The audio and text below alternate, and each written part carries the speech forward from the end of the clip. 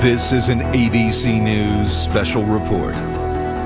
A presidential address to the nation. The crisis in Syria.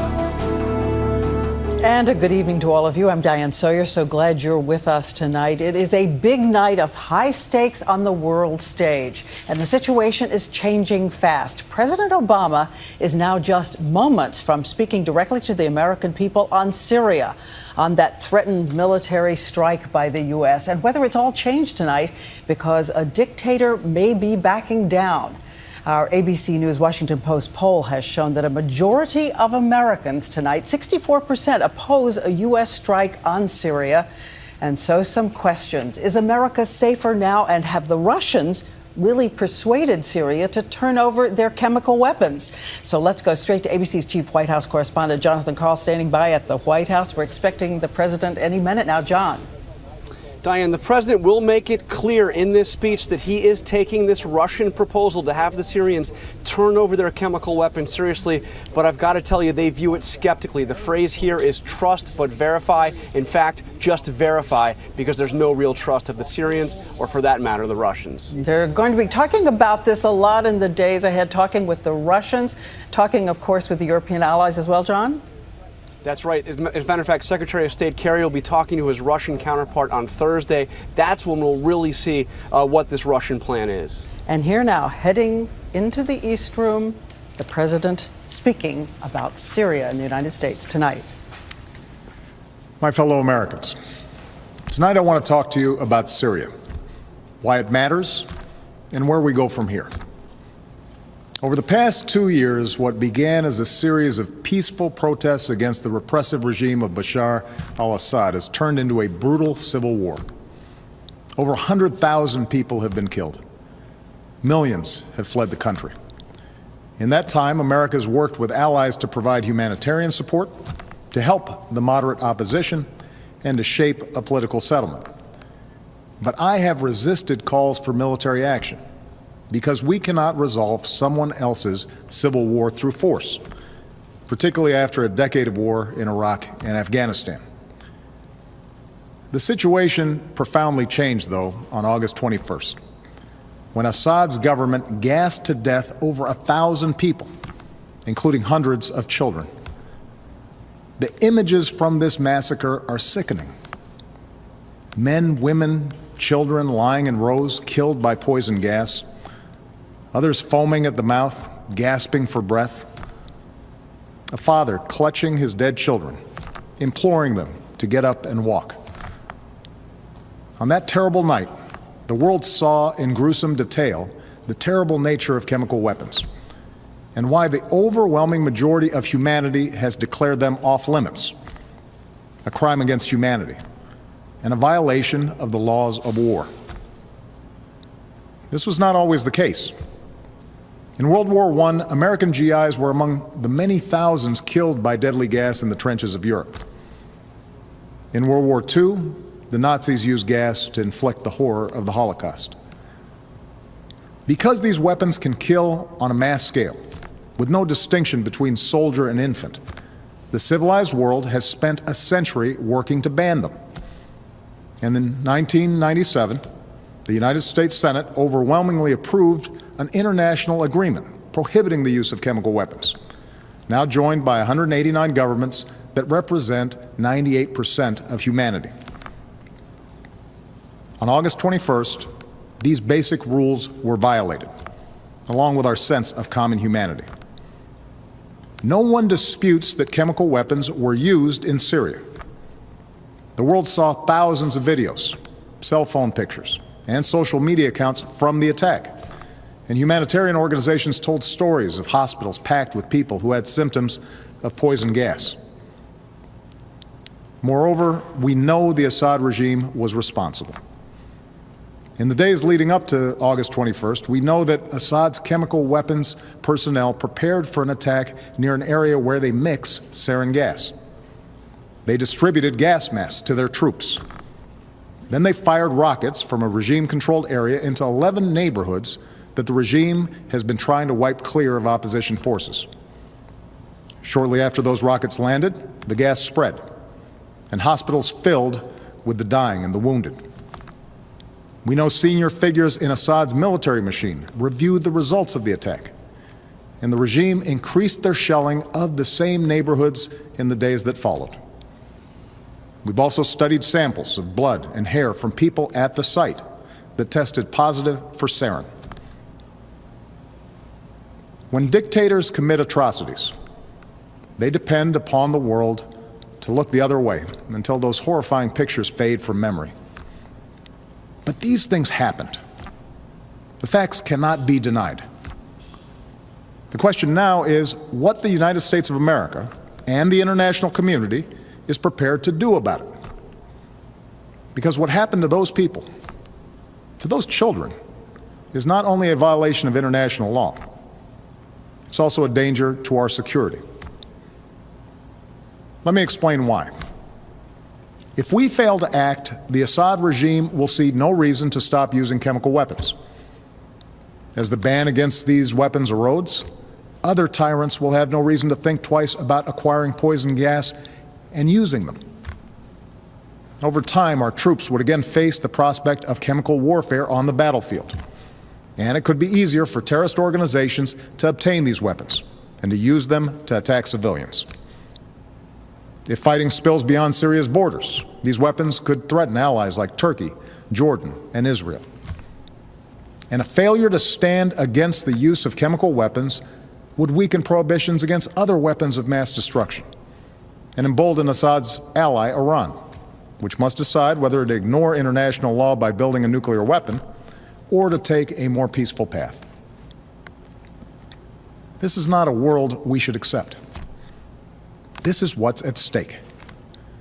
And that is why, after careful deliberation, I determined that it is in the national security interests of the United States to respond to the Assad regime's use of chemical weapons through a targeted military strike. The purpose of this strike would be to deter Assad from using chemical weapons, to degrade his regime's ability to use them, and to make clear to the world that we will not tolerate their use. That's my judgment as Commander-in-Chief. But I'm also the President of the world's oldest constitutional democracy. So even though I possess the authority to order military strikes, I believed it was right, in the absence of a direct or imminent threat to our security, to take this debate to Congress. I believe our democracy is stronger when the President acts with the support of Congress. And I believe that America acts more effectively abroad when we stand together. This is especially true after a decade that put more and more war-making power in the hands of the President and more burdens on the shoulders of our troops, while sidelining the people's representatives from the critical decisions about when we use force. Now, I know that after the terrible toll of Iraq and Afghanistan, the idea of any military action, no matter how limited, is not going to be popular. After all, I've spent 4.5 years working to end wars, not to start them. Our troops are out of Iraq. Our troops are coming home from Afghanistan. And I know Americans want all of us in Washington, especially me, to concentrate on the task of building our nation here at home, putting people back to work, educating our kids, growing our middle class. It's no wonder then that you're asking hard questions. So let me answer some of the most important questions that I've heard from members of Congress and that I've read in letters that you've sent to me. First, many of you have asked, won't this put us on a slippery slope to another war? One man wrote to me that we are still recovering from our involvement in Iraq. A veteran put it more bluntly. This nation is sick and tired of war. My answer is simple. I will not put American boots on the ground in Syria. I will not pursue an open-ended action like Iraq or Afghanistan. I will not pursue a prolonged air campaign like Libya or Kosovo. This would be a targeted strike to achieve a clear objective, deterring the use of chemical weapons and degrading Assad's capabilities. Others have asked whether it's worth acting if we don't take out Assad. As some members of Congress have said, there's no point in simply doing a pinprick strike in Syria. Let me make something clear. The United States military doesn't do pinpricks. Even a limited strike will send a message to Assad that no other nation can deliver. I don't think we should remove another dictator with force. We learned from Iraq that doing so makes us responsible for all that comes next. But a targeted strike can make Assad, or any other dictator, think twice before using chemical weapons. Other questions involve the dangers of retaliation. We don't dismiss any threats, but the Assad regime does not have the ability to seriously threaten our military. Any other retaliation they might seek is in line with threats that we face every day. Neither Assad nor his allies have any interest in escalation that would lead to his demise. And our ally Israel can defend itself with overwhelming force, as well as the unshakable support of the United States of America. Many of you have asked a broader question. Why should we get involved at all in a place that's so complicated and where, as one person wrote to me, those who come after Assad may be enemies of human rights? It's true that some of Assad's opponents are extremists, but al-Qaeda will only draw strength in a more chaotic Syria if people there see the world doing nothing to prevent innocent civilians from being gassed to death. The majority of the Syrian people and the Syrian opposition we work with just want to live in peace, with dignity and freedom. And the day after any military action, we would redouble our efforts to achieve a political solution that strengthens those who reject the forces of tyranny and extremism. Finally, many of you have asked, why not leave this to other countries or seek solutions short of force? As several people wrote to me, we should not be the world's policeman. I agree, and I have a deeply held preference for peaceful solutions. Over the last 2 years, my administration has tried diplomacy and sanctions, warnings and negotiations, but chemical weapons were still used by the Assad regime. However, over the last few days, we've seen some encouraging signs. In part because of the credible threat of U.S. military action, as well as constructive talks that I had with President Putin, the Russian government has indicated a willingness to join with the international community in pushing Assad to give up his chemical weapons. The Assad regime has now admitted that it has these weapons, and even said they joined the Chemical Weapons Convention, which prohibits their use. It's too early to tell whether this offer will succeed, and any agreement must verify that the Assad regime keeps its commitments. But this initiative has the potential to remove the threat of chemical weapons without the use of force, particularly because Russia is one of Assad's strongest allies. I have therefore asked the leaders of Congress to postpone a vote to authorize the use of force while we pursue this diplomatic path. I'm sending Secretary of State John Kerry to meet his Russian counterpart on Thursday, and I will continue my own discussions with President Putin. I've spoken to the leaders of two of our closest allies, France and the United Kingdom, and we will work together in consultation with Russia and China to put forward a resolution at the UN Security Council requiring Assad to give up his chemical weapons and to ultimately destroy them under international control.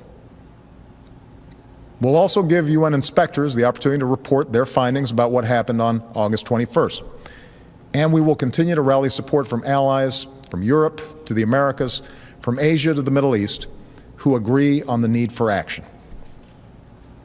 Meanwhile, I've ordered our military to maintain their current posture, to keep the pressure on Assad, and to be in a position to respond if diplomacy fails. And tonight I give thanks again to our military and their families for their incredible strength and sacrifices. My fellow Americans, for nearly 7 decades, the United States has been the anchor of global security. This has meant doing more than forging international agreements. It has meant enforcing them.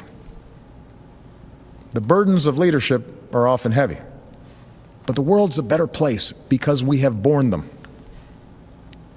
And so, to my friends on the right, I ask you to reconcile your commitment to America's military might with a failure to act when a cause is so plainly just. To my friends on the left, I ask you to reconcile your belief in freedom and dignity for all people with those images of children writhing in pain and going still on a cold hospital floor. For sometimes resolutions and statements of condemnation are simply not enough. Indeed, I'd ask every member of Congress and those of you watching at home tonight to view those videos of the attack and then ask, what kind of world will we live in if the United States of America sees a dictator brazenly violate international law with poison gas and we choose to look the other way? Franklin Roosevelt once said, "Our national determination to keep free of foreign wars and foreign entanglements cannot prevent us from feeling deep concern when ideals and principles that we have cherished are challenged." Our ideals and principles, as well as our national security, are at stake in Syria, along with our leadership of a world where we seek to ensure that the worst weapons will never be used. America is not the world's policeman.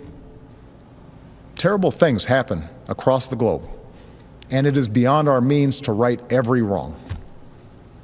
But when, with modest effort and risk, we can stop children from being gassed to death and thereby make our own children safer over the long run, I believe we should act. That's what makes America different. That's what makes us exceptional. With humility, but with resolve, let us never lose sight of that essential truth. Thank you, God bless you, and God bless the United States of America. And there you have the president still making a case for U.S. action against Syria, even as a negotiation is on the table. However, saying that he has asked the leaders of Congress to postpone any vote to see if those negotiations work. So let's go back to Jonathan Karl at the White House, because, John, this is about U.S. leadership on the world stage. What does the White House want to happen now? Oh, there is so much at stake here for the president. He asked Congress to postpone that vote at a time when he was going to lose that vote in Congress. Now, so much rides on this diplomatic effort. What he wants, above all, is to be able to go forward and see that diplomatic effort without being cut off here at home by a Congress saying that they would not support him if he chose to attack. And back now to Martha Raddatz, Chief Global Affairs Correspondent. Martha, what is the view at the Pentagon about the Russian deal, first of all? And what is your thought tonight about keeping the finger on the trigger, someone said to Jonathan Karl earlier, and keeping the U.S. military at alert? Well, I think they have to stay on alert, Diane, and the president made a case for this military strike, the threat of a military strike, to stay in play. I think at the Pentagon, everybody's hopeful about some sort of diplomatic solution. But the bottom line here is tonight, Diane, that it is highly unlikely that in the coming weeks or even months, there will be a military strike on Syria because of these delays, if ever. So is it possible to say it's over, this threat of a military strike? Oh, I don't think you can say it's over, but it is delayed for weeks, if not months, unless this diplomatic deal falls completely apart very quickly. All right, let's go now to Terry Moran, who's senior foreign correspondent. He's over in Beirut, Lebanon right now. And Terry, again, I was saying this is about U.S. leadership on the world stage. How is this seen? How will this speech be seen and these actions be seen tonight in the eyes of the world? Well, Diane, there are two things that you hear a lot in this part of the world. First, you recognize the catastrophic calamity to American credibility that the claims about Iraq's weapons of mass destruction were. People don't believe this president or this administration when they talk about this attack on August the 21st, and they want to see and hear real evidence, not the claims of the Secretary of State or even the president. The other thing is that people in this part of the world respond to strong leadership, and you hear around these words about Obama, that he's hesitant, indecisive, that he's been outmaneuvered by Bashar Assad. And so this is a real problem for the United States going forward, being clear, backing up its claims with evidence and with credible action as well. All right, Terry Moran standing watch for us tonight from the region. And again, it's about 4 in the morning, a little after 4 in the morning in Syria. We have no evidence that the president's speech was shown on television there, and we will await word to see what Bashar al-Assad, some 6,000 miles away, has to say from his palace in Damascus. And for right now, we will return you to your regular programming. For some of you in the West, that's World News. I'll see you there. And we'll have more on the crisis in Syria with Terry Moran from Beirut later tonight on Nightline, and of course tomorrow on Good Morning America as well. And we hope you continue the conversation with us right now on the ABC News Facebook page online. I'm Diane Sawyer. To all of you, a good night. This has been a special report from ABC News.